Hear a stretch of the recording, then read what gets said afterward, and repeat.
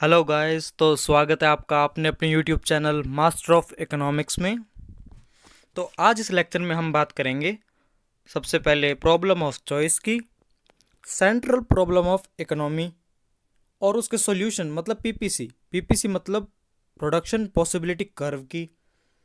तो सबसे पहले मैं आपको बता दूं कि सेंट्रल प्रॉब्लम ऑफ इकोनॉमी, इसको जानने के लिए हम सबसे पहले जान लें कि इकोनॉमी क्या है। जो मैंने इससे पहले लेक्चर बनाया था उसमें मैंने बताया था कि इकोनॉमिक्स क्या होती है। तो आज हम बात करेंगे इकोनॉमी क्या होती है। तो सबसे पहले आप ये जान लो कि इकोनॉमी और इकोनॉमिक्स में डिफरेंस है। इकोनॉमिक्स मैंने आपको बता दिया था, अब हम जानेंगे कि इकोनॉमी क्या होता है। Economy is a system by which people of an area earn there livings, मतलब वो जगह जहाँ हम अपनी लिविंग्स को अर्न करते हैं, जहाँ हम जिंदा रहने के लिए या फिर अपना घर चलाने के लिए जहाँ पैसे अर्न कर रहे हैं, वो जगह वो सिस्टम ही हमारी इकोनॉमी है। जैसे कि एक टीचर है, वो पढ़ाने के लिए स्कूल में जा रहा है, तो वो स्कूल उसके लिए उसकी इकोनॉमी हुई। एक डॉक्टर है, वो हॉस्पिटल जाता है, हॉस्पिटल में जाके काम करता है। शॉपकीपर है, अपनी शॉप पर जाकर काम करता है, वो उसकी इकोनॉमी है, वो वहाँ से अपनी लिविंग्स अर्न कर रहा है। तो ये इकोनॉमी होती है। और इकोनॉमी कितने टाइप्स की होती है, बहुत मेन बात, इकोनॉमिक कितने टाइप्स की होती है। तो ये 3 टाइप्स की होती हैं: कैपिटलिस्ट इकोनॉमी, सोशलिस्ट इकोनॉमी और मिक्स्ड इकोनॉमी।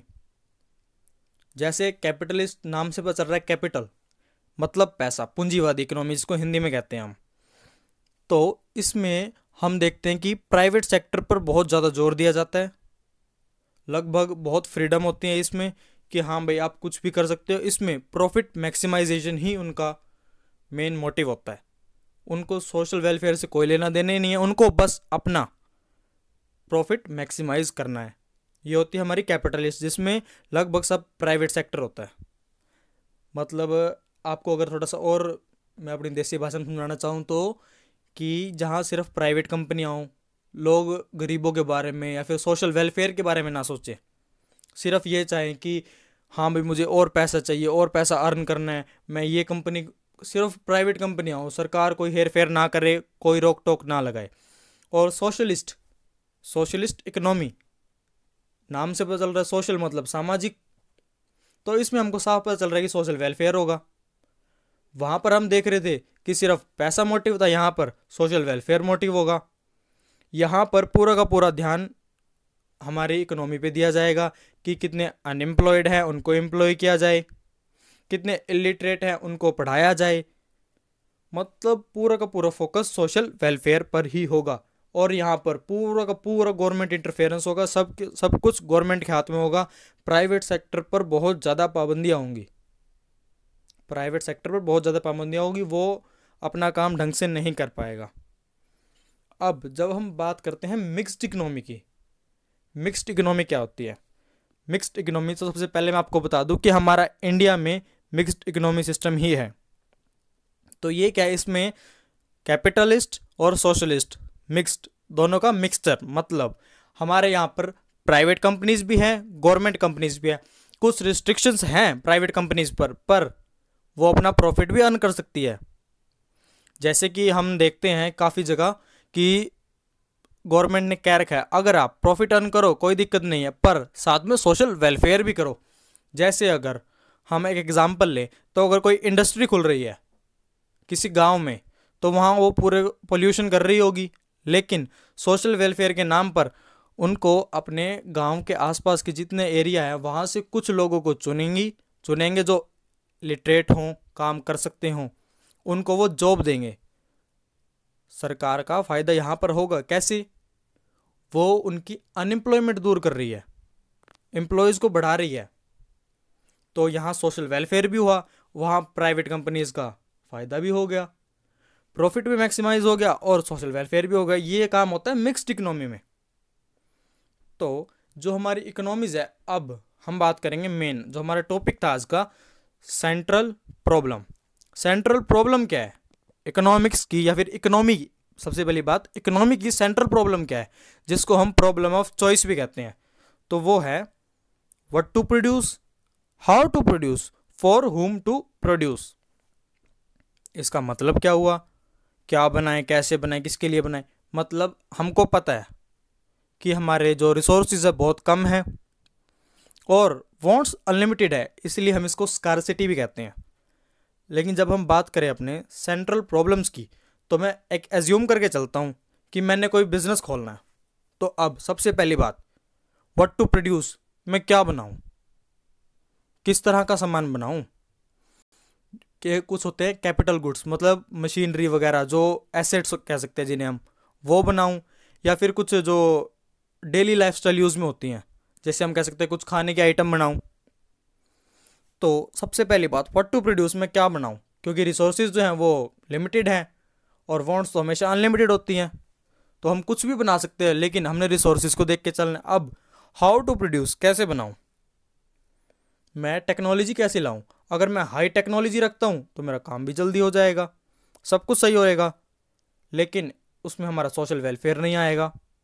अगर मैं लेबर रखता हूं तो दिक्कत आएगी, काम थोड़ा सा धीरे होगा, कॉस्ट हमारी ज़्यादा आएगी। फॉर हुम टू प्रोड्यूस, किसके लिए बनाऊं, यहाँ भी बहुत दिक्कत आती है कि मैं किसके लिए बनाऊं। तो यहाँ किसके लिए बनाऊं से मतलब है कि जो रिच हैं उनके लिए बनाऊं, या फिर जो पुअर है उनके लिए बनाया जाए कोई गुड्स। तो हम क्या बनाएं, तो ये हमारी सेंट्रल प्रॉब्लम कहलाती है। What to produce, how to produce, for whom to produce. अब जैसे मैंने आपको बताया कि 3 इकोनॉमी होती है हमारी। अब इनमें अलग अलग मोटिव्स भी होते हैं। जैसे मैंने आपको फर्स्ट में बताया कैपिटलिस्ट में, कि उनको सिर्फ प्रॉफिट चाहिए, प्रॉफिट मैक्सिमाइजेशन चाहिए। वो क्या चाहेंगे कि मैं रिच के लिए बनाऊं और अपनी मॉडर्न टेक्नोलॉजी को यूज़ करूं, जिससे उनकी कॉस्ट बहुत कम आए। अगर वो बड़ी बड़ी मशीनें लगा देंगे, कॉस्ट बहुत कम आएगी, इससे उनका फ़ायदा होगा। अगर कॉस्ट कम है, सामान उतने में ही बिक रहा है, उनको तो फ़ायदा हो रहा है। कॉस्ट कम आ रही है और सामान ज़्यादा में बिक रहा है, फ़ायदा अच्छी तरह से हो रहा है। लेकिन अगर कॉस्ट थोड़ी सी ज़्यादा आए तो उनके लिए तो फिर थोड़ा सा कम हो जाता है। तो इसलिए कैपिटलिस्ट तो यही चाहेंगे कि वो रिच के लिए बनाए, और पहली बात तो वो रिच के लिए बनाए, दूसरी बात वो मॉडर्न टेक्नोलॉजी यूज़ करें।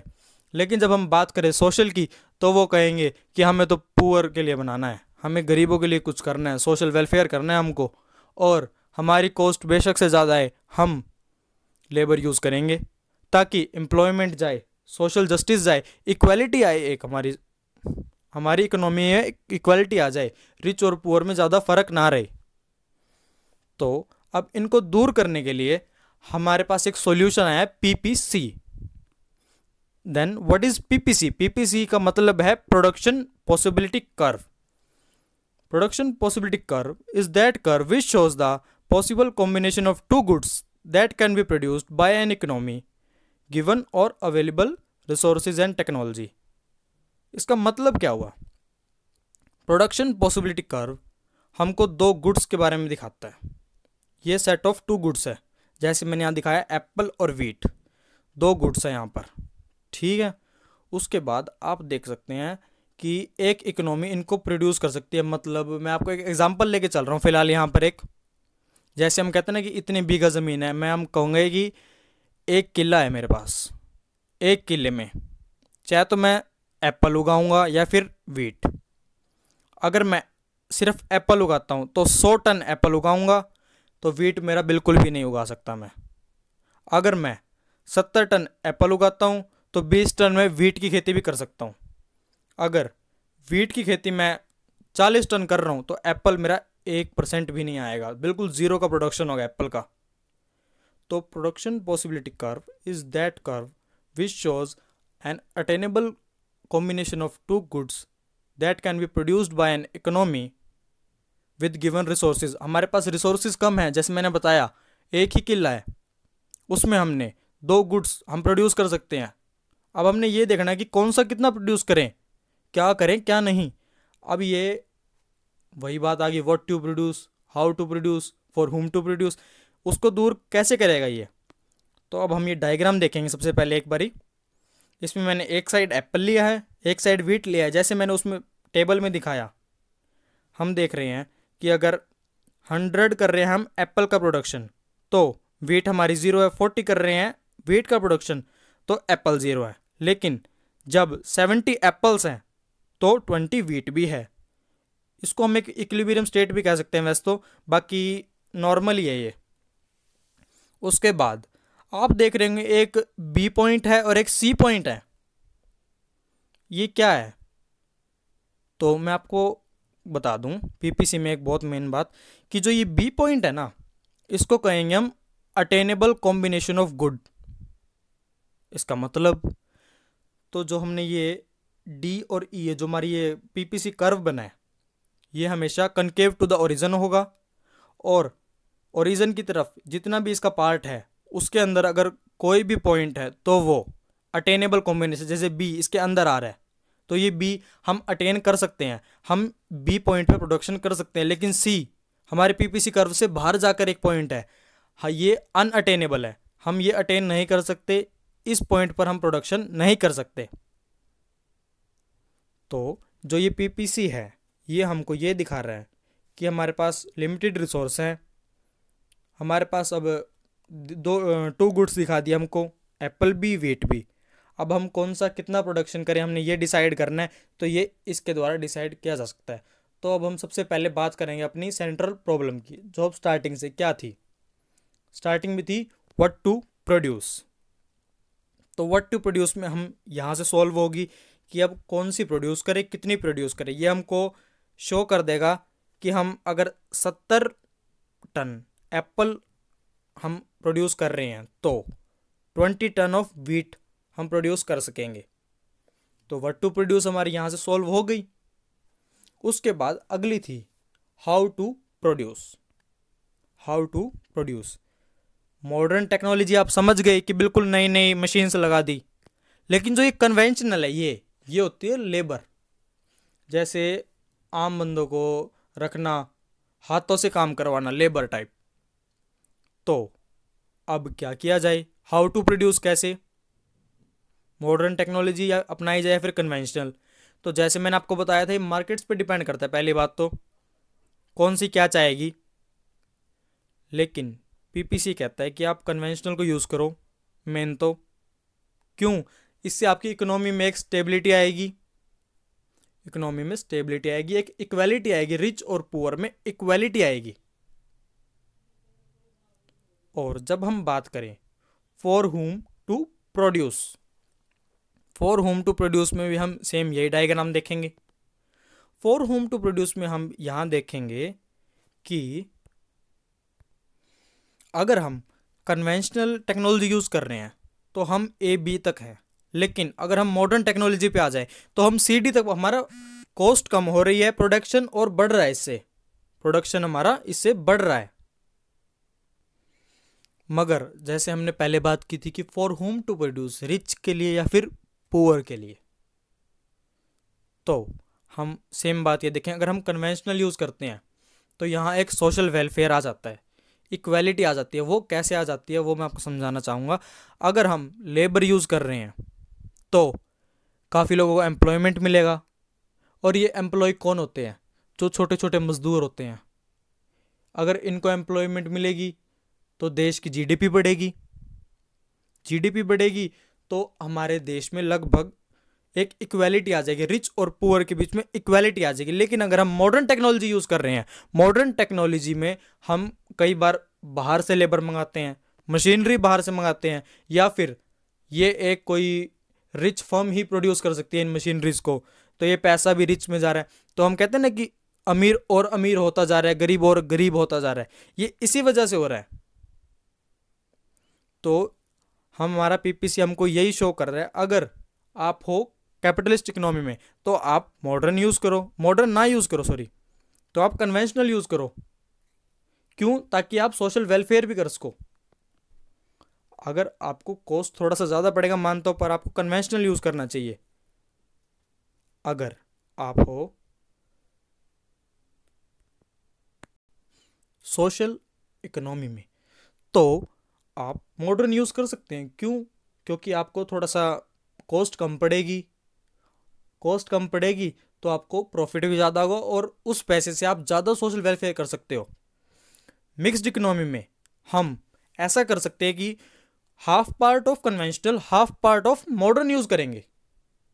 लेकिन जो हमने मेन बात पीपीसी में देखनी थी तो वो ये थी कि अगर हमारे इम्प्रूवमेंट हो जाती है टेक्नोलॉजी में तो हमारा पीपीसी कर्व और इंक्रीज हो सकता है। जो हमारा ए बी तक प्रोडक्शन कर सकते थे हम वो सी डी तक पहुंच गए।